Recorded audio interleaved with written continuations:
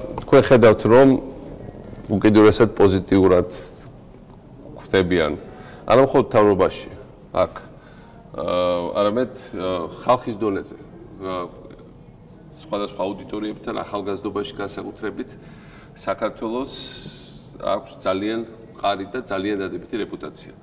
ამიტომ ჩვენ ამას კი არ უნდა ვიბრძოლოთ, ხა ხუმრობით რო ვთქვა, საქართველოს თავრობა სასწრაფოდ გამოაგზავნოს აქ დელეგაცია, იმიტომ რომ მოლდოვის თავრობა და ხალხი ისევე როგორც უკრაინის თავრობა და ხალხი სადაც ასევე ვიყავი ამას წინათ, სხვა ქვეყნების თავრობა და ხალხი ჩვენ გარშემო ისევ სიცრუეში აგზელებს ცხოვრებას. ისევ გონიათ, რომ საქართველოს სააკაშვილის თავრობის დროს იყო ძალიან წარმატებული და ძალიან პოზიტიური ქვეყანა და მათთვის მისაბაძი მაგალითი. სასწრაფოდ დელეგაცია გამოსაგზავნი ამ სიცრუეს ამოსაფხრელად.